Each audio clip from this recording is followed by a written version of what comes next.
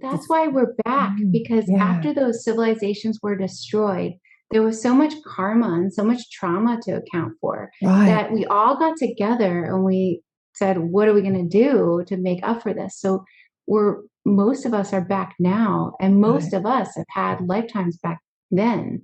So we're here to bring this full circle, because this is the time that they've been talking about for ages, foretold in all those stories, because this is when we reunite again and we bring that compassion back, that balance, because there's this light hitting the planet right now, this beautiful, divine, feminine light that's showing all the shadow so that we can rebalance it.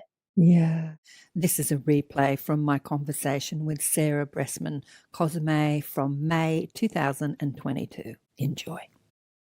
You're listening to ATP Media, Awakening and Expanding Consciousness with Karen Swain on the United Public Radio Network and the UFO Paranormal Radio Network on 107.7 FM and 105.3 FM, syndicated radio, hitting about 120 countries and streaming on 8 platforms. I regressed her back to this lifetime she had in the 1970s, where she was uncovering this information before with another hypnotist, which is really fascinating, and pulling all this information. She eventually was called crazy and lobotomized. But what was really interesting was her hypnosis sessions with this other hypnotist, where during these sessions, she saw things like the Sphinx being built.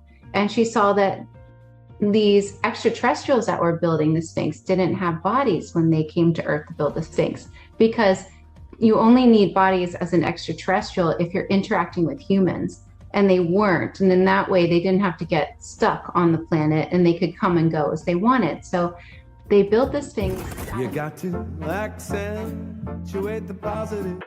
Wow, I feel good. A little bit of feel good goes a long way.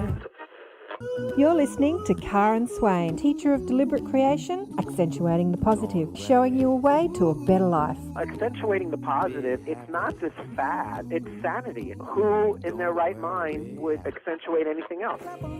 If you feel like that's what you want. Welcome to another show, Accentuating the Positive with Karen Swain. As always, it's a blessing to be with you all. And please remember, if you're liking the show, share them with your friends, press that like button, send me a comment. If you're listening on audio, send me an email. If you have any questions or want to share some of your stories with me. And yeah, if you're liking the shows, you're always welcome to give me a donation. I've never asked for donations. I thought I would today. But I have the most delicious person to introduce you to today, and we're going to go down that rabbit hole into the past and into the future. Sarah Breskman, Cosme, welcome to the show, Sarah. Thank you so much for having me. I hope I said your name, Breskman, Cosme. Yeah, you did a great job. Very impressive. Where does that name come from, Breskman, Cosme? I'm Russian and Scottish. Cosme comes from, and then on top of that, Spanish. My husband's Spanish. So Cosme is Spanish. And is Breskman your maiden name? That's correct. And Russian. Were you born in the States? I was born in the States, but my family comes from Russia and Scotland. But I'm basically just a big mutt mixture all over. Oh, wonderful. Well, let me read your bio and tell people that are listening a little bit about you. So Sarah Breskman Cosme has always been passionate about helping others develop tools which allows them to overcome difficulties, because she experienced many difficulties herself as a child and young adult, which we'll go into a bit later. In this pursuit, Sarah earned her bachelor's in psychology at Northern University in Boston, and after graduating worked as a counsellor in a halfway house for people labelled mentally ill, and saw firsthand how the conventional treatments with medication and talk therapy was not that effective. As a result, Sarah pursued hypnotherapy, a therapy which allows someone to connect to their subconscious mind, enabling change and transformation to occur in their limiting belief programs, which can evoke disempowering and unwanted behaviours. Today, Sarah is a Master Hypnotist, a Level 3 practitioner of the Dolores Cannon QHHT, which stands for Quantum Healing Technique, and a student of Dr. Brian Weiss, who wrote the book Many Masters. What was his book called? Many Lives, Many Masters. Many Lives, Many Masters, who, you know, he's quite famous because he was on Oprah and all that sort of thing. She's passionate about revealing hidden knowledge vital to the enlightenment of humanity. Sarah now assists in teaching with Dolores Cannon's daughter, Julia, all over the world, and she has assisted in Egypt, Mount Shasta, Peru, as well as in Miami. She's a best-selling author of A Hypnotist's Journey to Atlantis and A Hypnotist's Journey to the Secrets of the Sphinx. Hence, for people watching on video, the Sphinx in my background. So we're going to chat about that today. We're going to explore a little bit of Sarah's story, but I want to go into Atlantis, Lumeira, our origins, what we're all doing here, who we really are, and future potentials.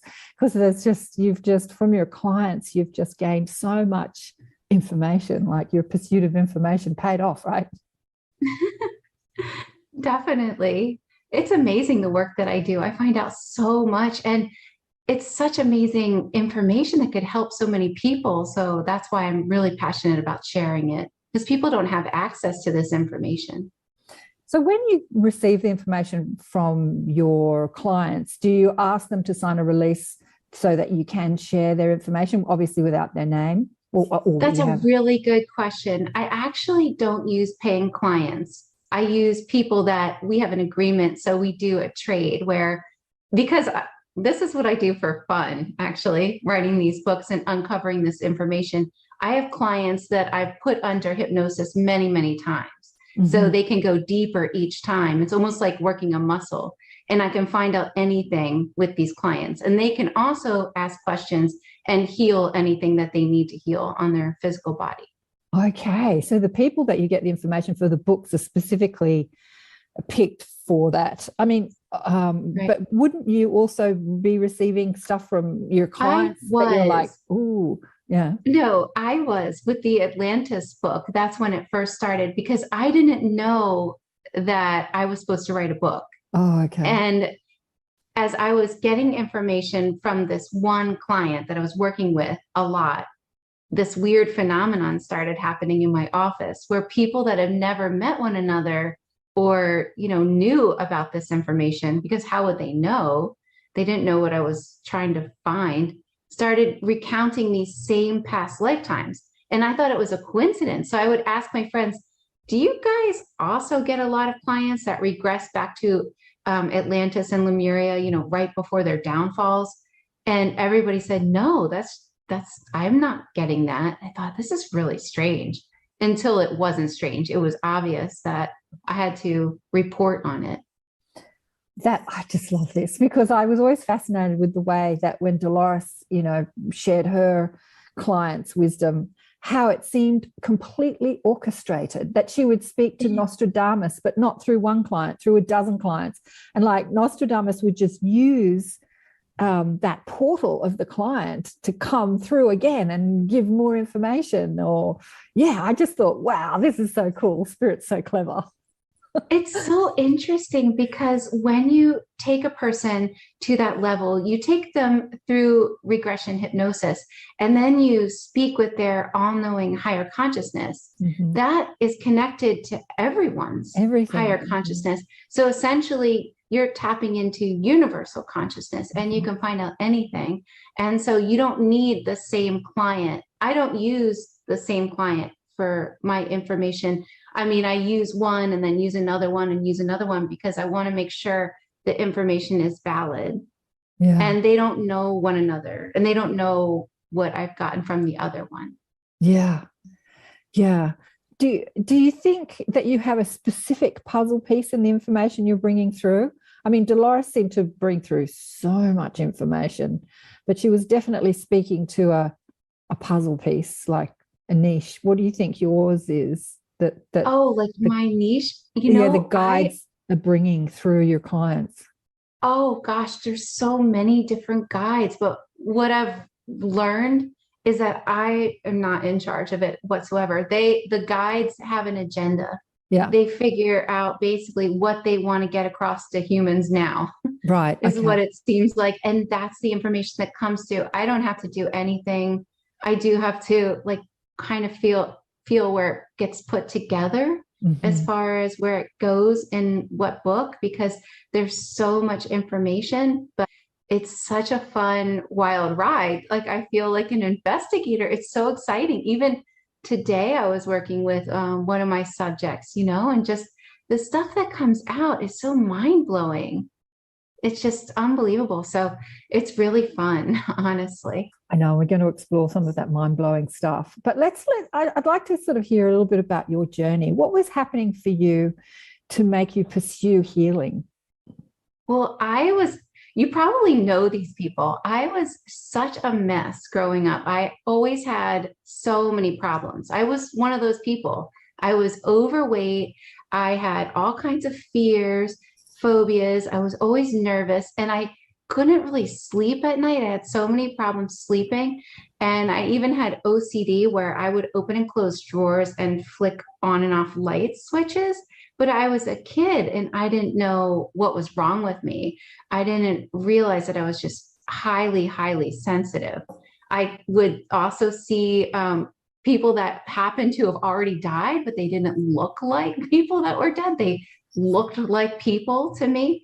And Wow. I had so many problems. And none of my problems seemed to get better when my parents put me in therapy. In fact, sometimes they seem to get worse because I also seem to have had this amazing talent where I could manifest anybody else's problem. So if somebody else had a problem and I thought about it enough, I could also get that problem. It was just a big total mess. And in therapy, it was really nice to talk to somebody. But like I said, I didn't feel like it got any better. Sometimes things would get worse, but I always had this feeling ever since I was little that I wanted to help other people. It was just one of the things that I knew about myself. When someone asks you, tell me about yourself, I would say, I want to help people. That was something just so ingrained in me. And so I thought I was going to become a psychologist. That was my goal.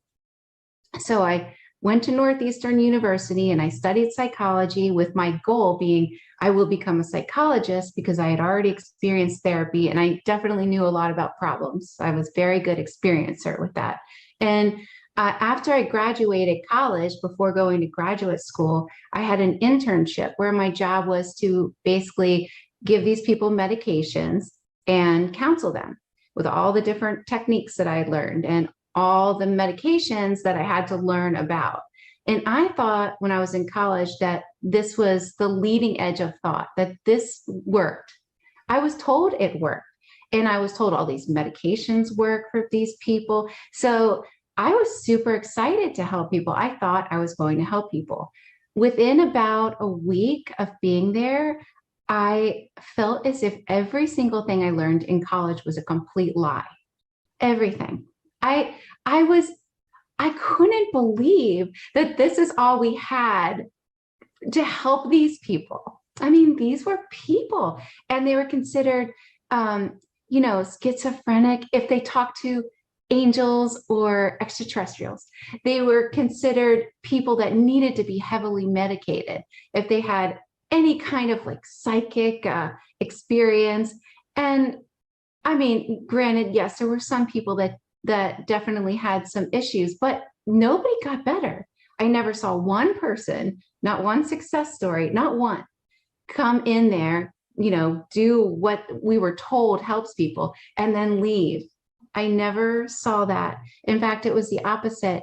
From my perspective, what I saw was that the pharmaceutical companies were testing these people. So they would use them as lab rats.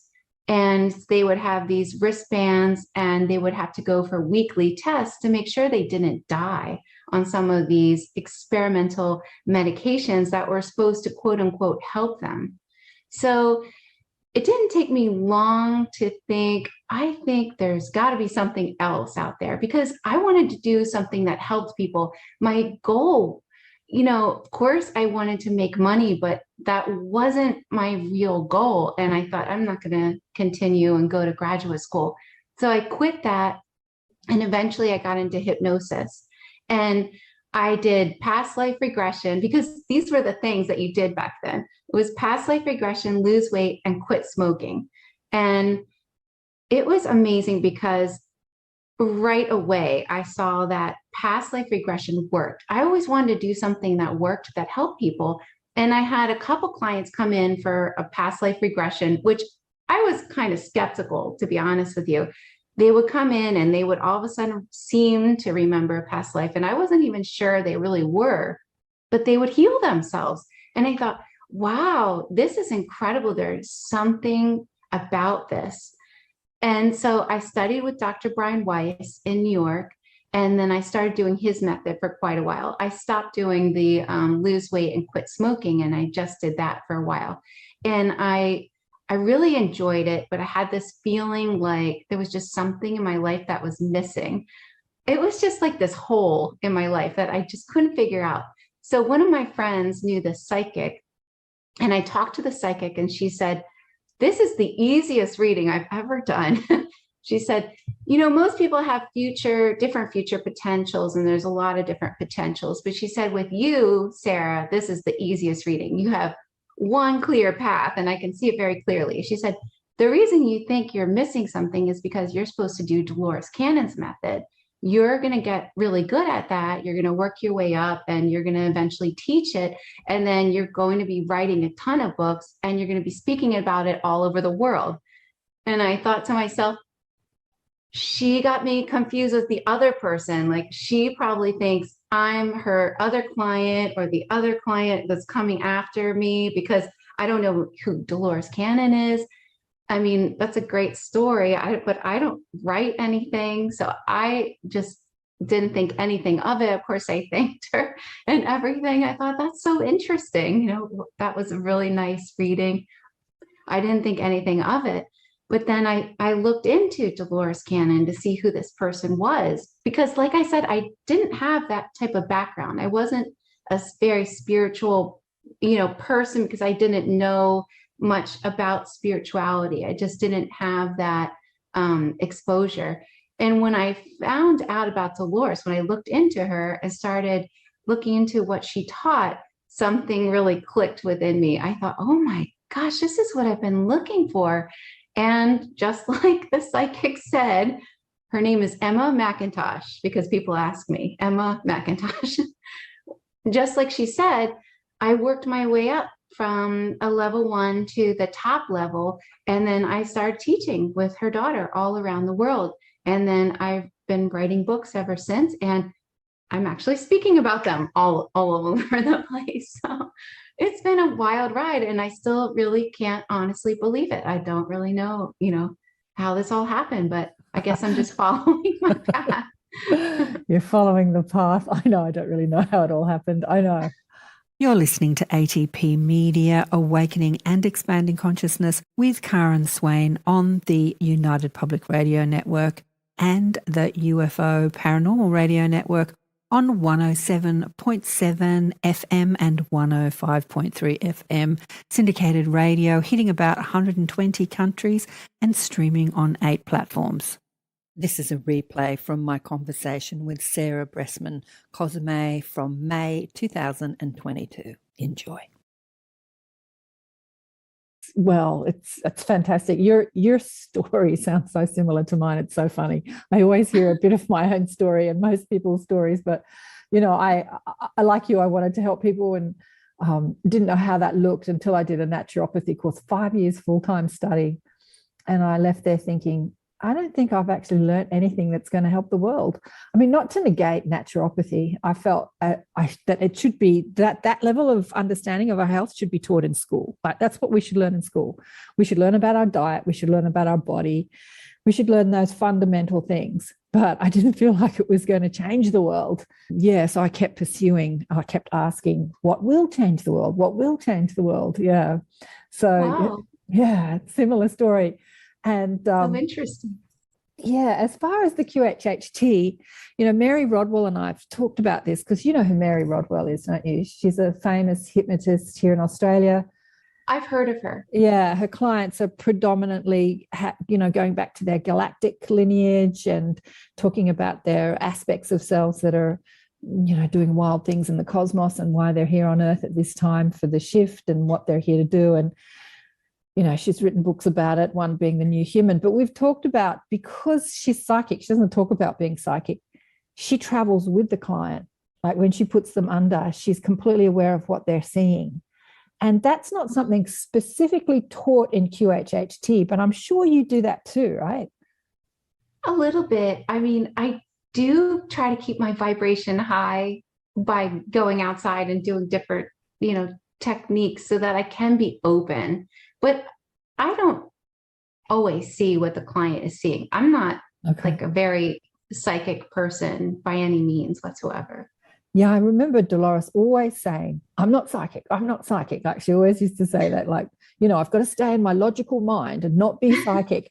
But I think that as we're shifting to a new era, that's changing, especially for the practitioner. I think that the practitioner's psychic abilities are as important as the person accessing their own information, because then you can help guide them, because you become like their spirit guide embodied in a way, really, when they get stuck, when they hit things that hit their emotional center and maybe they're stuck or whatever. So, no, I love that. I feel like we're all tapping into our abilities that we have forgotten about. Everybody is. Yeah. And it's more, you can access it more now than before. Yeah. I really believe there will be a day where we can all access that information without going to a hypnotist, Oh, I'm sure. And that day is coming. I mean, even just the fact that when I started in 2009, my clients would be mostly unconscious. They would be unconscious to the point where they would have to be woken up after the session for the majority of people going under to do a past life regression. But recently, I think it started around 2012, to be honest. It seems like people are really merging with their higher self. So you can be in deeper states of hypnosis, but you can also feel very much wide awake and aware. Yeah. So you're almost merging the two parts of your mind now. And it's really exciting because you can go further into this information than you could before. Yeah. How cool is that? Let's talk about the first book, A Hypnotist's Journey to Atlantis. What was being revealed that turned into a book? Oh my gosh, it was so fascinating and such a fun journey and experience for me. I needed a client. This is how set up it was. It was so funny. I needed a client that I could regress and videotape for my level 3 class, the QHHT class, that was all of a sudden in Orlando. And so I just decided to ask Jen, who was my friend at the time. And I had known Jen for so many years, probably 10 years at that point, because our kids were the same age and we would sit after school together and watch our kids play on the playground. She was a teacher at the kids' school. And so I knew her. I also knew she was not into spirituality at all, because I was learning many things and I would sort of bring up some things and she was not into it whatsoever. Those friends. So I just didn't talk about it whatsoever, but I was put on the spot and needed a subject. So for some reason, my first thought was to ask her. I still don't know why. If, it's like, why not ask somebody that I knew was into this stuff? But when I told her what I did, and I told her what I wanted to do with her and just use her video as a submission I would take to the class, she looked at me and said, I didn't know you did this because I've been looking for something like this. My jaw dropped to the floor. I knew she knew I was a hypnotist and into spiritual things that were weird to her, but she was looking for something like this because she had been diagnosed with this brain condition called pseudotumor cerebri. And basically, it was causing swelling in her brain, and there was a huge risk of a stroke, and it was really painful for her. She had these severe headaches, and she was working really closely with this team of specialists at the University of Miami, and they said that there was absolutely no cure, but she could stay on these heavy-duty medications. So when I told her that she could heal herself in this session, and she might find out about past lives, she was on board. She didn't care about the past lives. She was very on board. She was looking for some alternative to help her heal. So our first session was mind-blowing to the both of us. Again, this is somebody who doesn't have a background in spirituality, and she did not know much about Atlantis. She didn't know anything about Lumeira. So her first regression, she goes back to this past life as a queen in Lumeira, where it was a matriarchal society. It was a beautiful, compassionate society. She knew nothing about this previously. All different types of symbols, all different types of things that you see in Egypt. So many different things that, you know, you just hear stories about. She recounted it in such great detail. And it was a beautiful place. She could even smell the flowers. She could hear the birds. She loved that place so much. She remembered like her balcony where she would see the ocean and just feel like just the compassion of the people and the love. She absolutely loved that place so much. And she saw that there were these visitors that started showing up, and they wanted something from their society, but for some reason they couldn't give them what they wanted. And so they took her as a prisoner and were able to, within rifts in the ocean, set off these atomic-like devices that created these massive tidal waves that absolutely sunk the entire continent. Which they took her as a prisoner, and she lived for 60 years in Atlantis. And so through that experience, we were able to pull all her memories of Atlantis and Lumeira. And this is what was so fascinating to the both of us. When I asked to speak with our higher consciousness and asked what was the purpose of her, pseudotumor cerebri, they said the purpose was to bring her to me, because she needed to uncover and share this information with the world. So Absolutely. The next day, she felt so much better. She stopped taking her medication. She went back to her team of specialists, and they said, "This is impossible. We don't see anything. How did you heal yourself?" And she said, "Well, I tried this new hypnotherapy technique." And they said, "Well, we'll just call it a medical miracle and leave it at that." So then we started working together, and we started uncovering this information. And because they said it was so important for the world to know now, I asked the higher consciousness, just start from the beginning. Start from the beginning of where you want us to, what do you want us to share with the world? So I thought she would go back to a child in Lumeira. That was just what I assumed. But no, she didn't go back to her child in Lumeira. She went back to the beginning, when she was an extraterrestrial crash landing on Earth for the very first time, and uncovering all this information about the fact that that planet was running out of resources. They saw Earth as a great place to colonize and a great place to, get these resources, that everything was dwindling, and they really needed to come, start seeding the population on Earth and move their society basically here through the use of, the hybrids. Anyway, we were a little surprised because Jen did not believe in aliens. And I thought, what is she going to think after the session?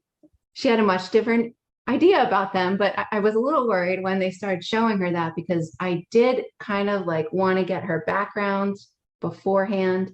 And she said, no, she didn't believe in aliens. So anyway, that changed. You're listening to ATP Media, Awakening and Expanding Consciousness with Karen Swain on the United Public Radio Network and the UFO Paranormal Radio Network on 107.7 FM and 105.3 FM, syndicated radio hitting about 120 countries and streaming on 8 platforms.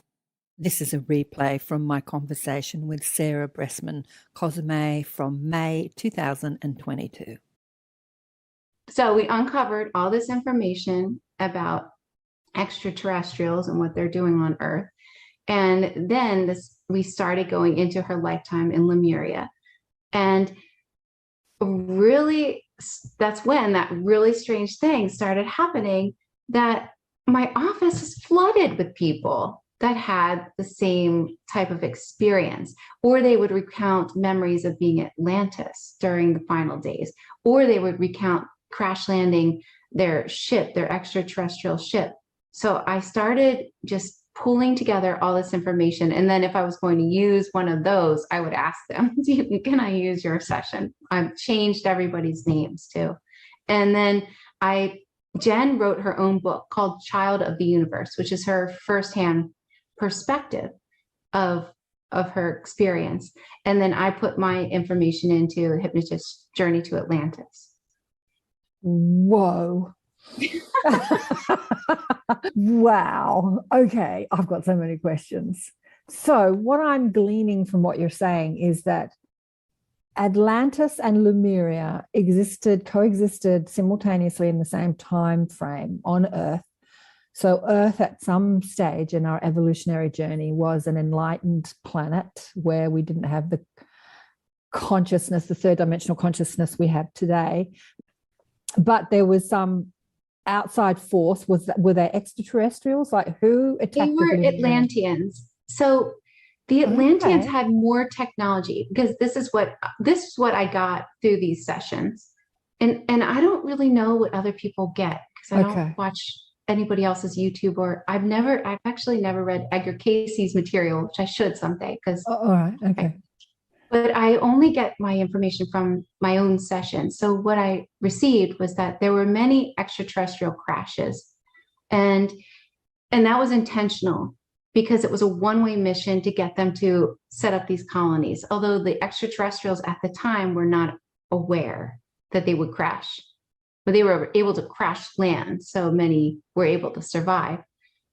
So there were many crash landings. And in the case of the founder of Atlantis, he was able to salvage some of the technology from his ship, not enough to call his planet of origin, and not enough to set anything up where he was, but he was able to use that technology and go through what's called a chasm or a vortex, which are the stone circles that you see at Stonehenge. And that's what they used to be used for, was the ancient transport devices, and it would transport you somewhere on the earth.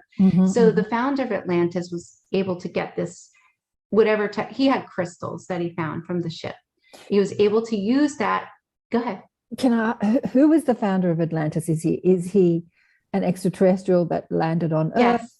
Right. Okay. He was an extraterrestrial that landed on Earth. That's why Atlantis was so advanced. And it was built in the same model that they had on their own home planet. Okay.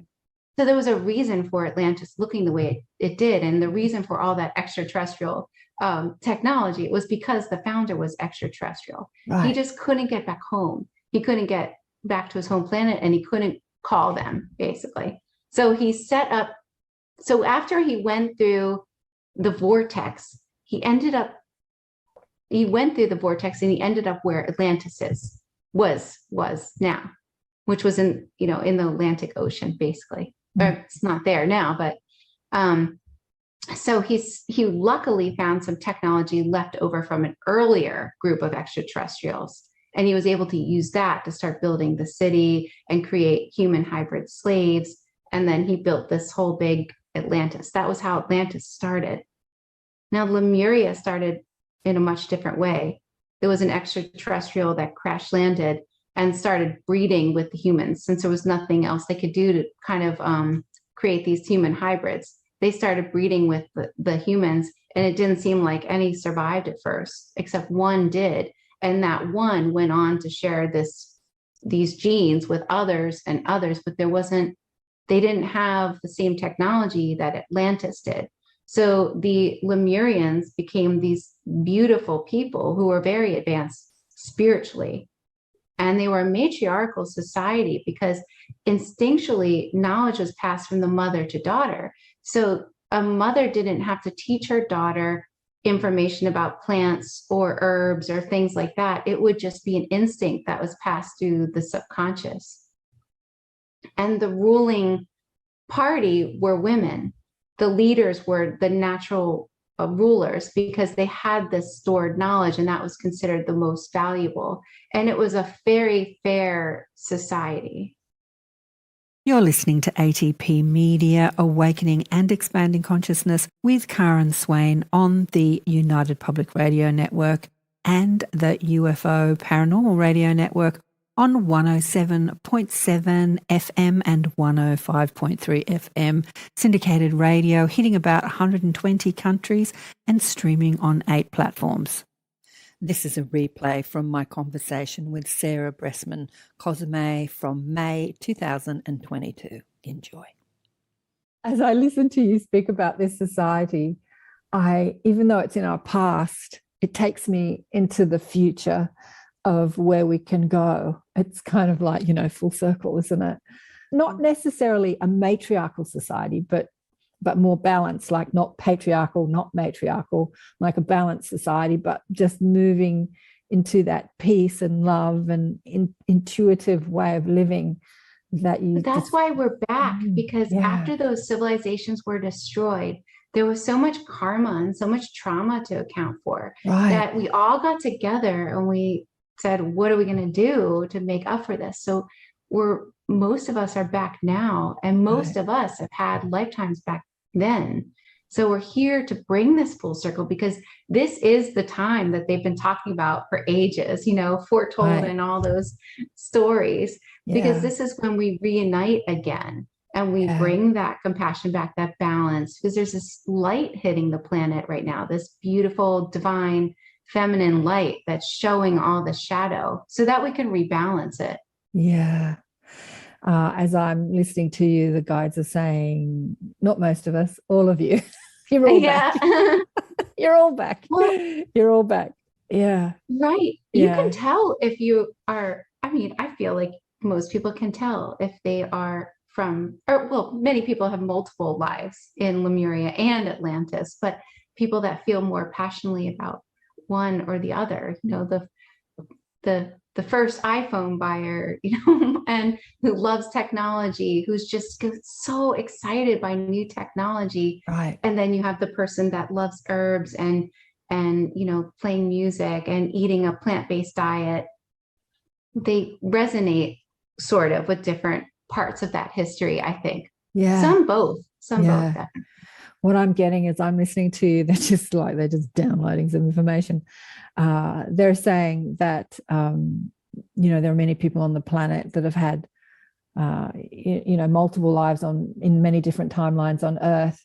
There are many starseeds on the planet that when they came into this time, now they wanted to understand what is happening. So they incarnated or looked at that history and sort of understood the timelines. It's like, why is this happening now? Or because that happened and that happened and that happened. Oh, okay, I get it. And they're saying that anyone who's talking about Lumeira and Atlantis has been there. And they're also saying that many people that have never even heard of Lumeira and Atlantis have also been there. They're also incarnated from that era, and they're not even aware it existed. So it seems like it was a big, as I'm asking, it seems like it was a big civilization, but they're saying, no, it wasn't as big as what's happening on the world today. But then you have to understand the multidimensional nature of the soul, that there can be many people on the planet now that was one person in a past lifetime. That's true. It's so interesting how that works.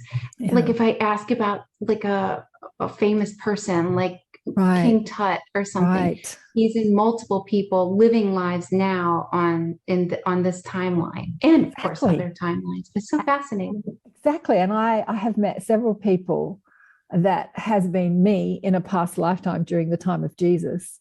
And, interesting. And so, I've been identified as being this person, which I don't relate to at all. But I know that I've been male more than female. But and then I've spoken to other people that said that they were that same person, and I'm like, oh, cool. It's like, you are me, I'm you, you are me. It's like really cool. Well, and there's so many soul groups back again now to complete this. There's so many people that are here just for this. Right. And like you said, so many star seeds. Yeah. And it's hard for some of them because they're just not used to the earth, and violence upsets them so much, and they're so sensitive. But they can use that sensitivity as a way of reading, and like reading people, and almost like a superpower. It's a superpower. It's definitely a superpower. Okay, so let's get back to the story. So Lumeria was a beautiful matriarchal peaceful society, and then people that were in Atlantis decided to infiltrate, and they wanted to take some of their technology. Well, what did they want from them? They wanted stuff from them. It was so interesting because I thought to myself when Jen was recounting her story and other clients were recounting theirs, I just had that question: why would some society that's super advanced want anything to do with a society that doesn't have any technology, basically? Right. Oh, right. Yeah. Why would they want something from them? So apparently on Atlantis, there was this really bad virus. And what was interesting was I would have people go back to Atlantis, even from 2016, and they would see, smog. And I thought the smog was from their technology, but it wasn't. It was because of this virus. They were burning the bodies. That was how they were getting rid of the bodies. So there was a bad virus going on, but there were multiple viruses because they were doing so many different experiments, and they were gene testing and all kinds of things in laboratories. So this wasn't uncommon, but this was a very deadly one, and they couldn't seem to find a cure. And they had been watching the Lemurians for quite a while. I guess they just knew, since they had such advanced technology. They had extraterrestrial type crafts that they used that were, based with propulsion energy, and they also had very interesting stealth technology where they could watch people and not be seen. So they were watching the Lemurians, and they saw that they had this special immunity. So the Lemurians had immunity. They would still experience pain with childbirth and pain, but no one got sick. There were no viruses there. And the reason was they were very protected. They were given a gift from their star ancestors. And they had these special red crystals that they used that kind of gave them the way they were strategically placed and everything, and had this ability to provide immunity for them. So, and they used these crystals for many different things, but one of the purposes was this immunity. So the Atlanteans were able to figure this out, and they demanded, to have this immunity. So at first they pretended to be the Lemurians' friends. They made themselves known. They, acted as friends. They said, we would like to, help one another, but can you help us? We have this really bad virus. And the Lemurians could not give them this immunity. It was a gift from the star people, and they would not give them the red crystals, because when they went into meditation to speak with their star ancestors, the answer was definitely don't give these people these crystals. So the Lemurians hid them away as soon as they heard that. And the Atlanteans got angrier and angrier as the people continued to pass over there in Atlantis. And finally, that's when they demanded, look, give us the crystals or we'll destroy your civilization. And the Lemurians thought their numbers were greater because they had this huge army. They had a huge army in Lumeria, and they just couldn't believe that the Atlanteans would be able to defeat them if they were ever to go to war. But that is what they did. They took, they took Jen as a prisoner, according to Jen's past life, and destroyed the civilization. And I can't tell you how many clients I've had recounting that great wave. I mean, some people still have these phobias and fears of these big waves, and they don't really realize that it might actually come from that. Oh, wow. Okay, so Lumeria was destroyed, obviously, before Atlantis. Mm-hmm. But what I'm getting is that, so the Atlanteans had this technology to wipe out Lumeria, but with Atlantis being destroyed, it was because that their lust for power had become out of control. And so the progenitors, the beings, the cosmic council, or whoever was like overseeing this world decided, okay, you guys are not getting with the program, and they kind of wiped out. Right. That's exactly what happened, because there was no balance. whatsoever in their society. So basically what ended up happening, where there were many different experiments, I mean, throughout Atlantis, but one of the big things that started happening that sort of set their society over the edge was they had this, it was a slit in the arm where this genetic material was placed in, and then like a putty-like substance over top. And it was a mandatory, and everybody received. This is a replay from my conversation with Sarah Breskman Cosme from May 2022. Enjoy. But it was made with animal DNA. And so it seemed like a huge success at first. And people started, being able to go on with their lives. And everybody was so excited that it seemed as if, we could live again. And it wasn't until the first set of babies started being born with this horrific side effect that they realized, whoa, there's a problem with this. Wow. I mean, before that, they had many different experiments that people would be a part of, and many different, what you would call vaccines. Of course, it's different because the way that it was made and everything like that. But these children were born with these side effects where they were almost like looked very animalistic. So they would have different animal parts. There were a lot of like cat-like features to some of the children, and there were different like tails, gills sometimes. You can still see this side effect running like very lightly in our genes even today. There's people still born with gills or tail, extra nipples and everything like that.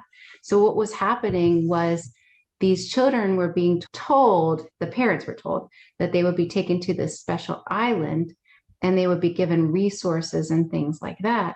But that was a lie.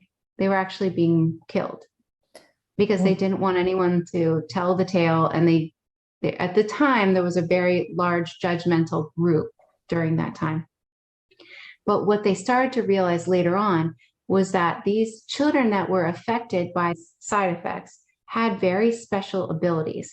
And if you look at side effects today, if you look at autism or even the savants, you can see that there are special abilities that have come out of side effects. So the same thing, we're just repeating history so many times. But anyway, so they had very special abilities where these children with side effects could actually tap into ley lines. They could tap into information all around them. They could create this special energy within their mind. They could focus on something, levitate it. They had so many different special abilities. And there's many people that are still have those abilities, actually. So anyway, so after they stopped killing these children, they started testing them because they had these special abilities, and they started harnessing this energy. That was just towards the final days.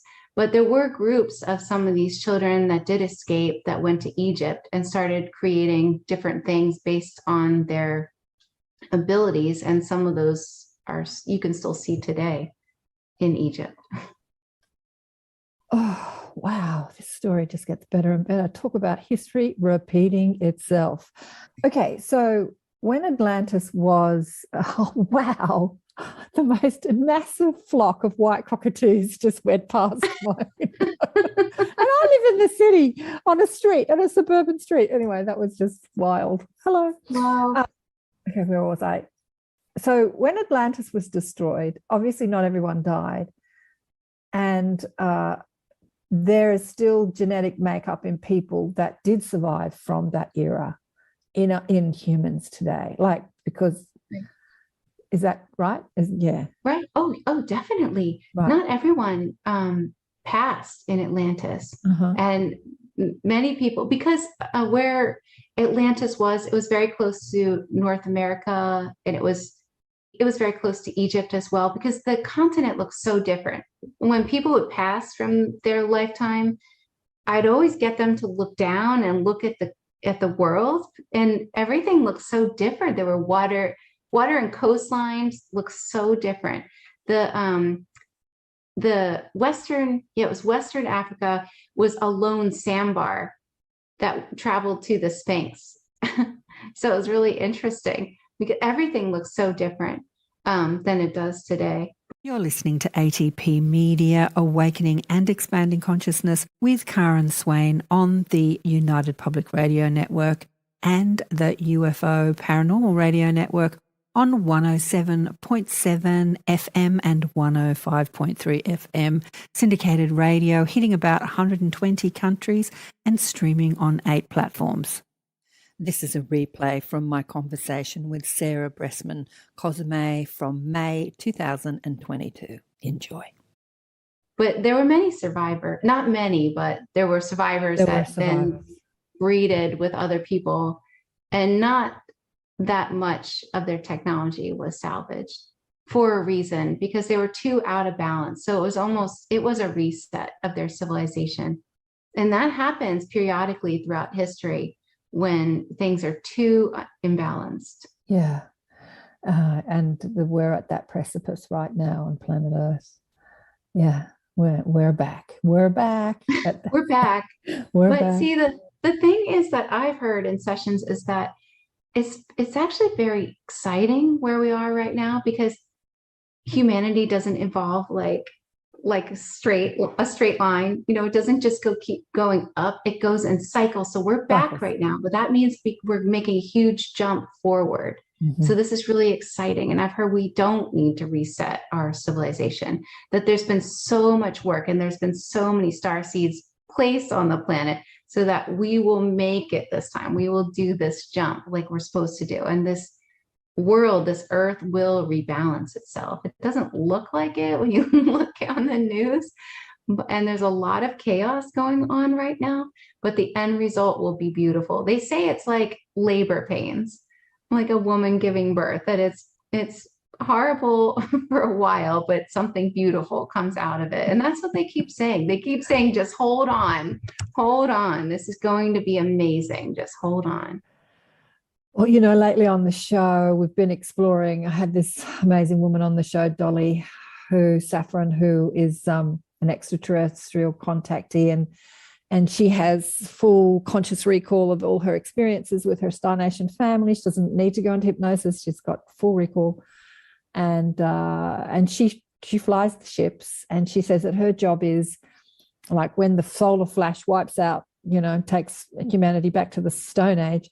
Her job is to come with all the ships and pick up humanity to take them off planet to a new world. So that's her timeline, which I've heard before. I've heard that story before. What do you think? What's coming through your clients about that? Because there's a few different timelines. Mm-hmm. It's so interesting because, like I said, I don't watch other people's YouTube or anything like that because I don't have time. Yeah. And I was curious because people have asked me about the solar flash. Mm-hmm. So what I received through clients was a lot of people remember a solar flash that we've experienced before on a different planet, because we're always extraterrestrials, and I call them we because essentially we are the extraterrestrials. We're always trying to do things a little bit better each time. And there was a solar flash on one of the Earth-like planets, and everybody evolves too quickly. And so the higher consciousness have said they would like it to be a slow progression, just not as quick as it was on that planet, because it just went from, where people were striving for perfection and individuality. And it went from that to being so evolved, you no longer needed to eat in a flash. And that was just too quick. So they've said they would like Earth to slowly progress, this time. So I haven't received anything of a quick solar flash. I haven't through clients. Maybe it would happen, but I haven't received that. I have received that there is somewhat of a solar flash, but it's very slow. There's a lot of different solar energy hitting the planet, and it's bringing information and bringing light, but very gradually. I've just been hearing that this is a very gradual process. They want to take things slowly with us for this experiment. Yeah, I've heard that too. I've heard, I've been doing this for a while, so I've heard many different stories, and And I've chatted to the guides about it, and they just keep saying, what are you choosing? What timeline are you aligning to? Like we talked about how the soul is so multidimensional. There are multiple parallel realities as well that you can align to and experience depending on what you choose.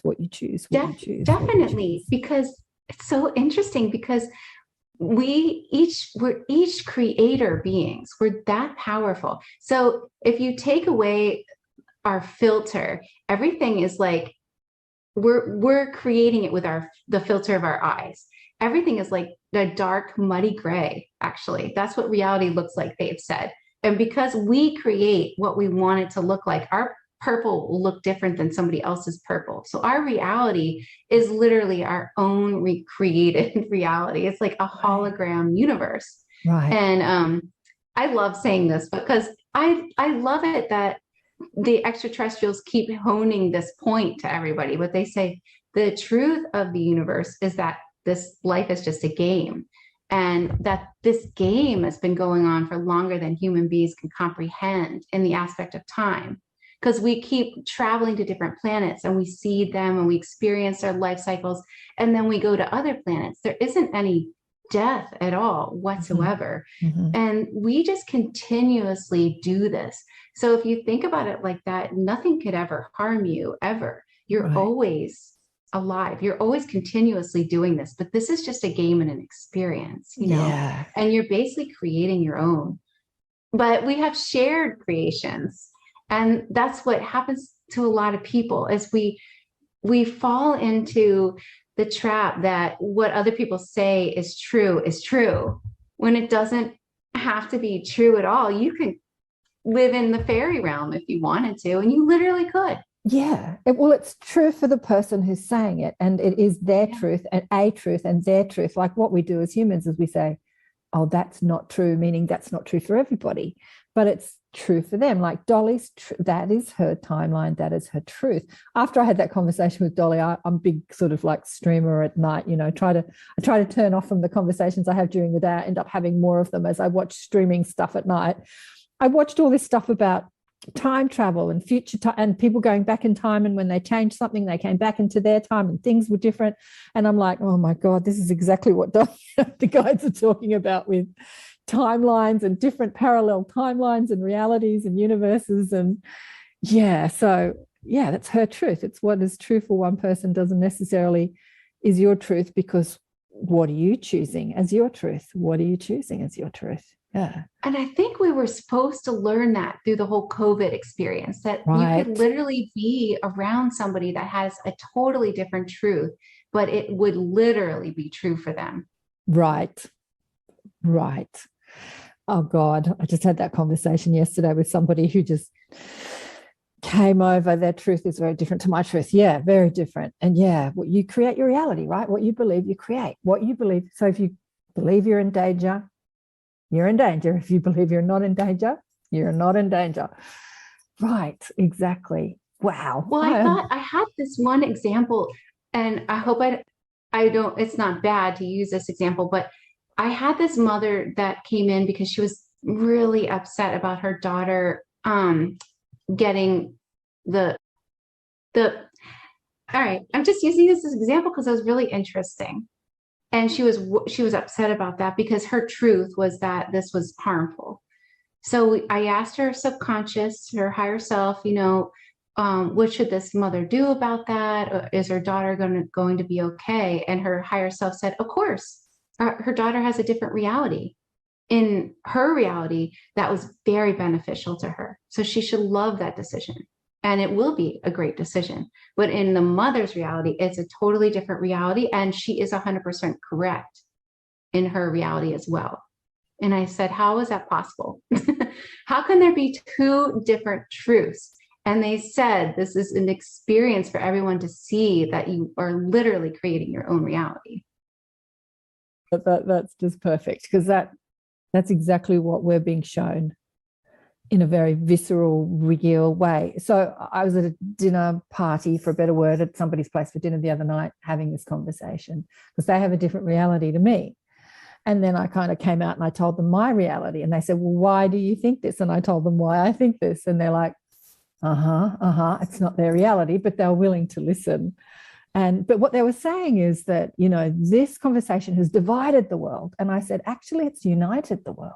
Well, how do you see it uniting the world? Because we're all in this together. We might be arguing about who's right or wrong, but it's all one topic. It's actually uniting the world. So we can see it any way we want to see it. Some people say it's dividing the world. Some people say it's uniting the world. But it is showing the world something. Yeah. Wow. Wow, I love what you just said. That's perfect. Yes. I love that. It's all how you perceive it. It's all what you want to create. What are you choosing? Yeah. You can see it as division. You can see it as uniting. Yeah. What do you choose? What do you choose? All right. I want to get in. Oh my God, Sarah, I could talk to you. It's 10:10. I could talk to you all day, but I want to get into the Sphinx because, wow, you are fascinating. This is fascinating. Loving this conversation. So that was book one. If you want to know more about it, read the book. There's obviously a lot more information.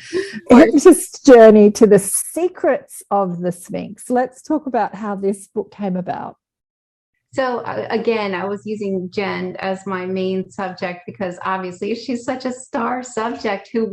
Any hypnotist would dream of working with her. And so I regressed her back to this lifetime she had in the 1970s, where she was uncovering this information before with another hypnotist, which is really fascinating, and pulling all this information. She eventually was called crazy and lobotomized. But what was really interesting was her hypnosis sessions with this other hypnotist, where during these sessions, she saw things like the Sphinx being built.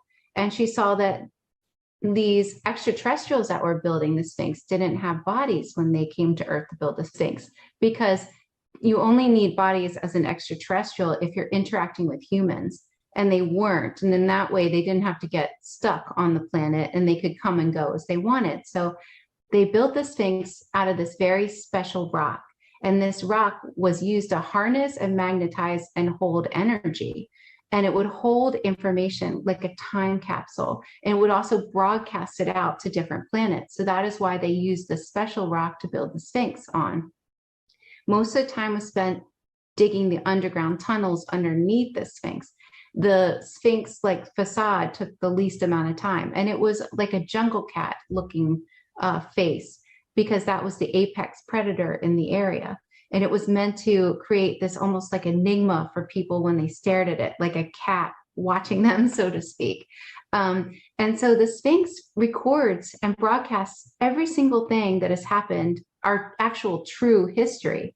And it keeps tabs on us so that the other planets that are watching us and guarding us can keep track of our progress, because everything humanity does affects the whole universe, because essentially we're all one. We're just the ones that don't really realize this.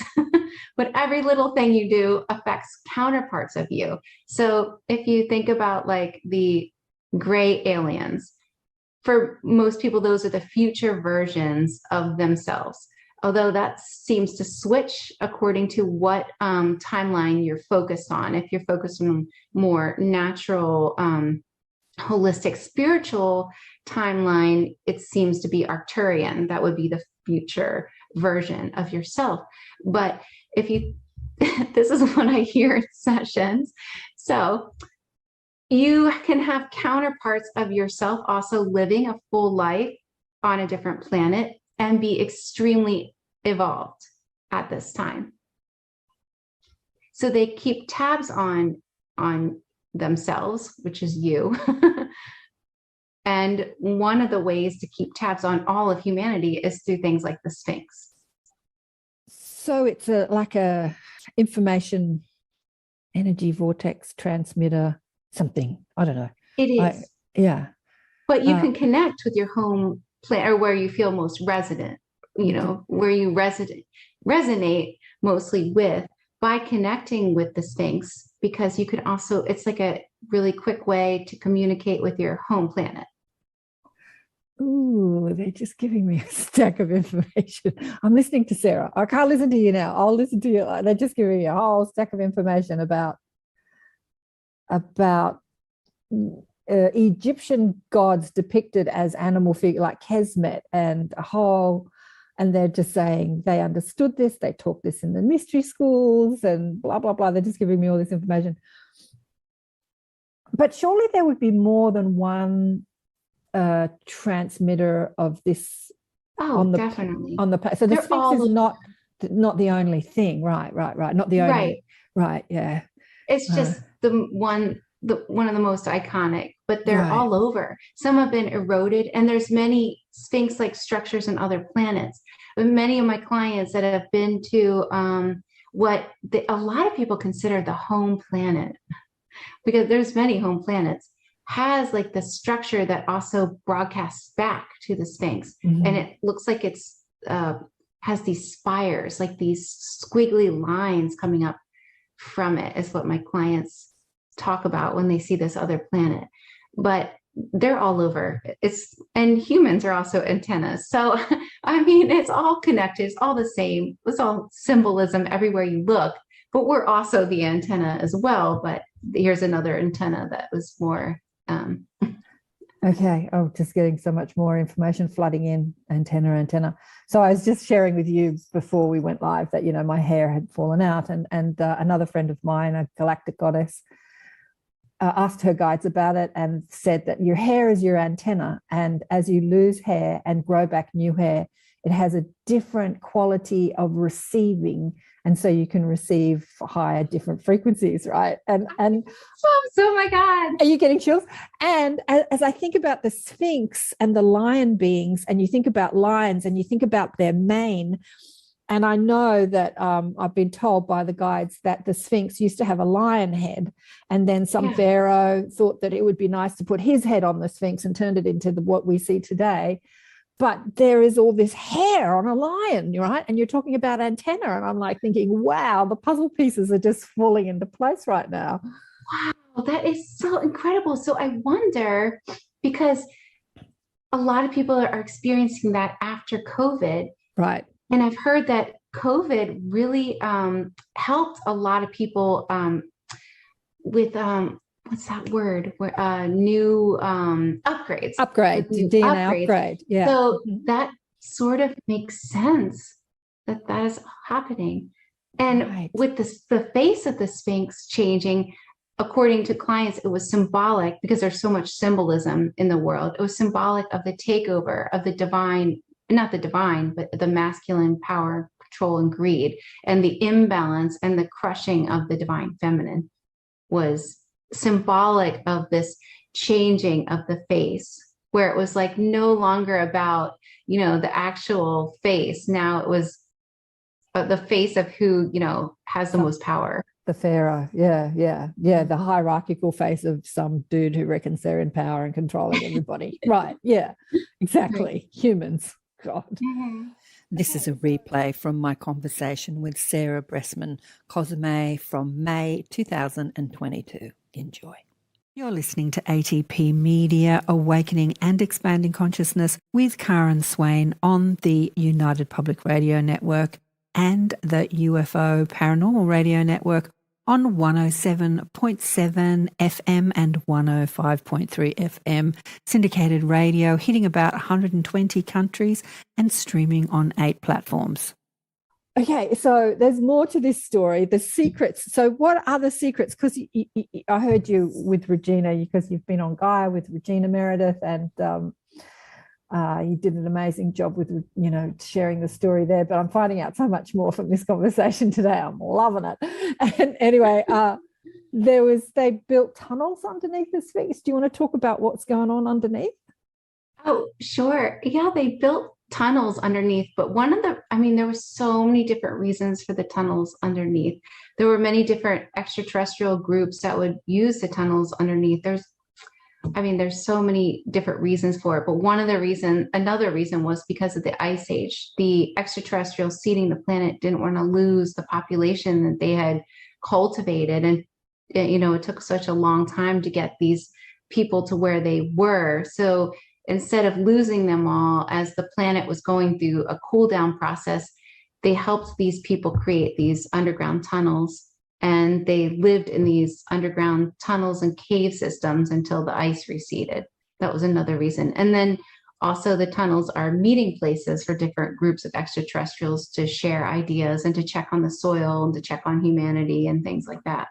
And there's also bases on the underground tunnels. So there's many different purposes for the underground tunnels. And are the underground tunnels and the bases nefarious, or? It depends. There's definitely nefarious underground tunnels and bases where there's a lot of experimentation going on, and the human trafficking and transport of illegal arms and things like that. Yeah. I mean, you were talking about that happening in Atlantis. That's happening so much now. I mean, some of the, we hear about the atrocities during in the camps during the Second World War, and how scientists were experimenting on the Jews and stuff like that. And none of that stopped. It's just covert. It's just that we're not hearing about it, right?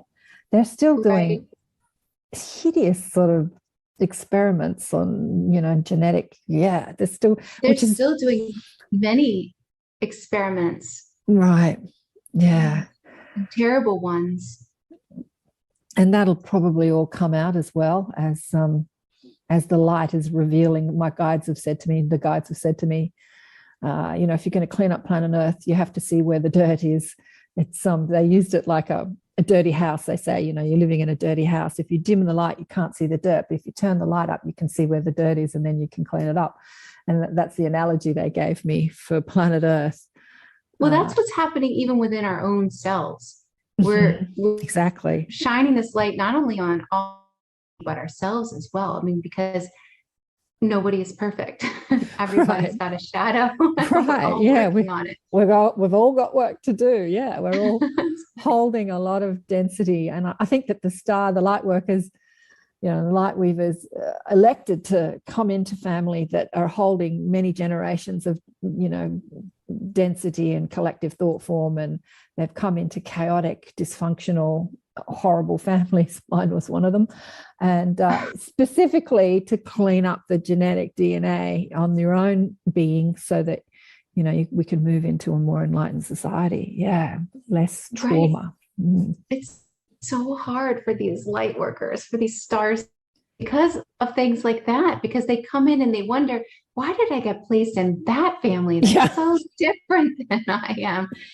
But a lot of times they find out it's because they volunteered to help clean up the trauma of that family and all the genetic line, that they're here to do that in this lifetime. Yeah, exactly. And on top of it, I'm just thinking about, Sheila Seppi's putting on a hybrid conference, and she had my photo on the hybrid conference, and she said, "Oh, sorry, I meant to put you in the light worker conference, not the hybrid conference." And I'm like, no, I'm definitely a hybrid, because the star seeds who come in have tweaked their own DNA to be more psychic, more empathic, more open. And then with that hybridization in their own physical DNA, they come into this family that is fraught with drama. And now they're have this heightened sensitivity, and they're freaking out. They're suffering. Yeah. But they don't have to suffer, as you say. Sensitivity is a superpower. Yeah, it's hard when you aren't really aware that you're one of these, beings, or that you're here for that purpose. It's difficult when you think, what am I doing here? Why right now with all this chaos? And it can be really difficult, because a lot of light workers, they don't want to be around people because they're so sensitive to energy, and it's hard for them to maneuver Earth since they're not really used to this Earth. So yeah. This is a replay from my conversation with Sarah Breskman, Cosme, from May 2022. Enjoy. So is there any other secrets we need to know about the Sphinx before we go? I'm just loving this conversation. This is just so cool. Well, I mean, there's just so many secrets about history and about human, and really, it's really up to each person to really look inside, and they each believe, and it's time to really go into yourself and find out who you are. Right. You're one of these light workers, or see if you're here to help your family line. Just get curious about yourself and continuously ask questions. and try your best, to continue to raise your vibration and connect with like-minded people. Yeah, I think that's important, to connect with like-minded people, not all the time, but yeah, to just come together and just be in each other's energy field. A friend of mine, I've got a friend staying with me at the moment. He's in between houses, and he was staying at another friend of his house last week who is well and truly in the matrix, very wealthy, but just well and truly in the like, just thinks that anything we've been talking, would listen to this conversation and think that we were completely insane. Anyone that believes in anything psychic or extraterrestrial is insane, according to their paradigm, right? We create our own reality. Anyway, so we had a little bit of a gathering in their house. David was saying that, we brought all that energy into their environment and sort of shifted the environment in their house, because they talk about politics and they talk about isn't it terrible? This politician says that, this is their conversation. And we're in their house talking about extraterrestrials and ascension. It would have shifted the energetic matrix of their house. But it's so important, to come together to nurture each other's energy field that are on that same wavelength, and then go back out into the world, into your families and into your work environment, feeling enriched and stronger for it. Don't you think? Oh, definitely. I love that. Yeah. Oh, darling one, it's been so wonderful to speak with you. It's been really beautiful. I'd love to do this again and invite you to meet our little online tribe, and I'll introduce you to Sheila too. You might like to talk to her tribe from the Wish Alliance. And thank you so much for sharing your knowledge, and I'm sure there's a lot more in the books. If people want to get the books, I'll have the links on my Amazon links on my website page if you want to buy the books through them, or you can go straight to Sarah's website. What's your website? What is your website? theholistichehypnotist.com. Holistichehypnotist.com. Beautiful. Thanks again, hon. Thank you. Oh, wow. I was just chatting with Sarah then. Her internet was very unstable. It was time to finish. The guides were saying, let the girl go. Let her get back to her family. Don't keep her there forever, quizzing her and asking her questions. So they just made the internet go unstable. I said, yep, time to finish. Because I just found that fascinating. I hope you did too. I was just saying to her, just all that information just lit me up inside. Obviously, I've got something to do with the whole story. I was there and everything. I don't remember, obviously. But yeah, I found it fascinating. What did you think? Did you find that fascinating? Do you think you're a part of the Lemurian Atlantic story as well? Do you think you're back to create a different new timeline, or to create a different experience here on planet Earth, one where we don't need to be destroyed? We don't need a supernova to destroy the planet or our technology. She says that we're evolving slowly. We're going to evolve slowly rather than fast. I don't know. There's so many stories out there, isn't there? There's people talking about the event, where some big solar energy, light packet of energy is going to hit the planet and everyone's going to wake up spontaneously. Maybe on some Earth. Is it going to be the one we're living? Or is it going to be a slow evolution where we get with the program and start to love each other and work with each other in collaboration instead of competition?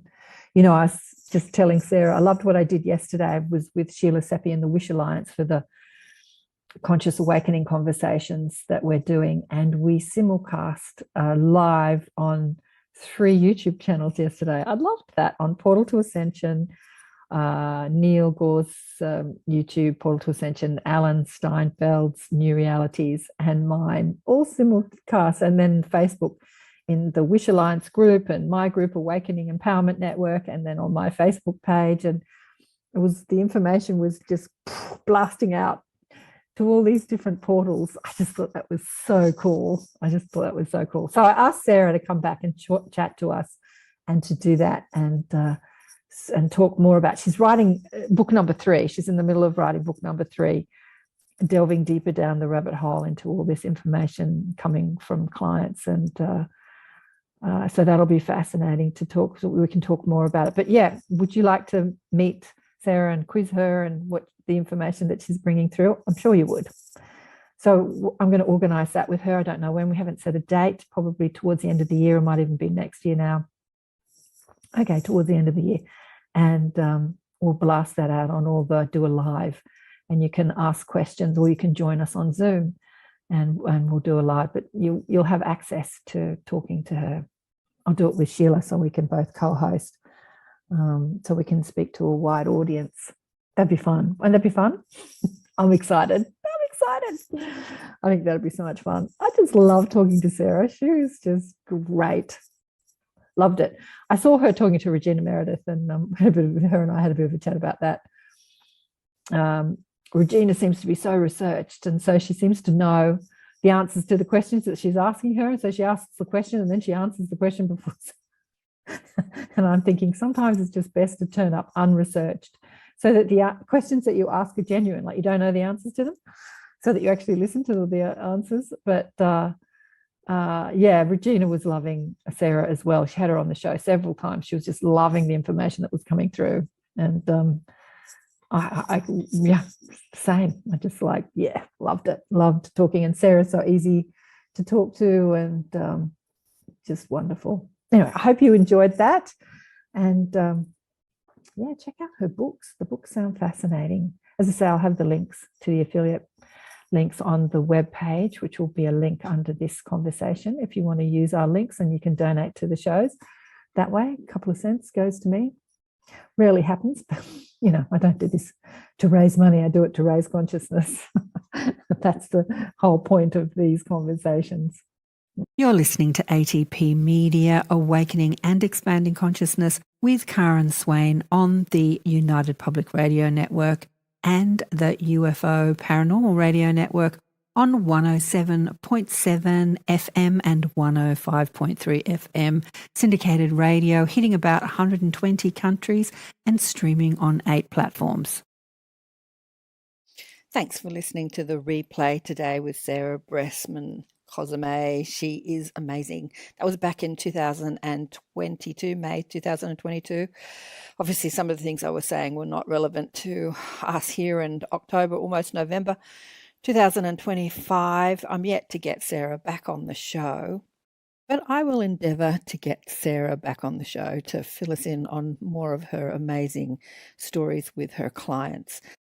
And remember, we have a second show on the United Public Radio Network and the UFO Paranormal Radio Network called Elevate Consciousness, the awareness shift, waking the quantum self, where I pop on each week for an hour and talk about who we are as genius, deliberate creators, what's possible for us outside our limiting thoughts, and I invite friends to come on and chat with me too.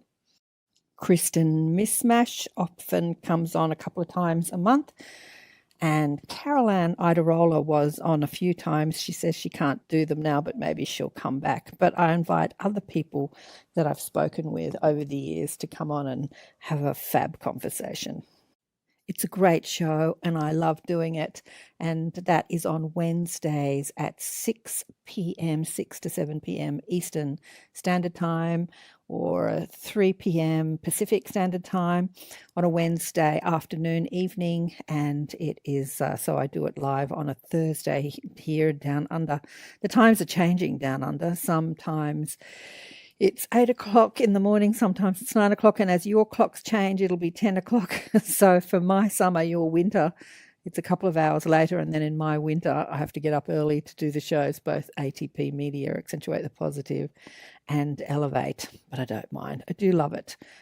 Make sure you check out the replays of Elevate and all the ATP Media shows. They're all on my YouTube channel, Rumble channel, and Odyssey.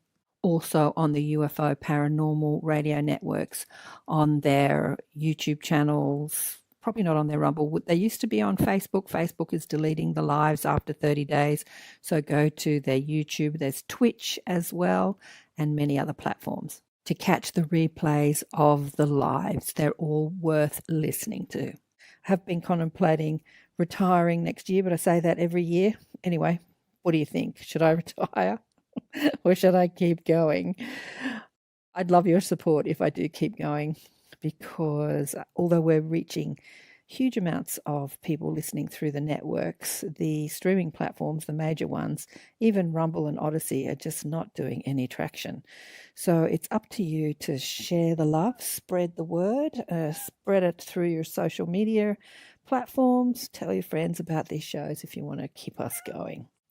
The way that you can help keep us going is to subscribe. I know a lot of you listen to the shows, especially on YouTube. You don't necessarily have to be signed in or a subscriber. When you sign in, you can subscribe, press the like button, and leave a comment. Leaving a comment really helps the algorithms. When you just say thank you, or maybe you have a question, or maybe you want to criticize us or put in your opinion or judge us, I don't care. Leave your comment, because it really helps the algorithm and all the platforms. When people engage in the content, they think to themselves, well, looks like the people are enjoying this. I'm going to show it to more people. So your comments really help. And I know Asan, who always, every show, leaves some sort of comment. I want to thank you, but I'd love to hear your feedback. So leave a comment. And if you want to join us in our little groups on Facebook, we have a messenger group called the Inner Sanctum. We have the Awakening Empowerment Network group on Facebook as well. And during 2020, I joined a whole lot of social media networks. I joined MeWe and, oh gosh, I can't even think of them all now. But there are alternatives to FB if you want to reach out and connect. But I'd love to see you and hear from you on any of the social media networks, or even leave a comment on the YouTube channel, Rumble channel, Odyssey. There's Twitch. There's lots of places that you can contact us. We'll go to my website, Karen Swain, KarenSwain.com, and send me your comments through the contact page there. Or maybe you have some questions for us to discuss on Elevate. Always happy to hear from you. I'm excited and look forward to hearing from you. And remember to check out the book Awakened by Death if you haven't already. Big love to you all. Bye for now.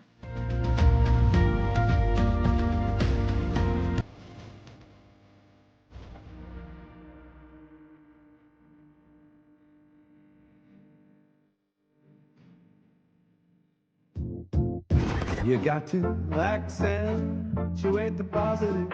I feel good. A little bit of feel good goes a long way. You're listening to Karen Swain, teacher of deliberate creation, accentuating the positive, showing you a way to a better life. Accentuating the positive, it's not just fad, it's sanity. Who in their right mind would accentuate anything else? Clap along if you feel like that's what you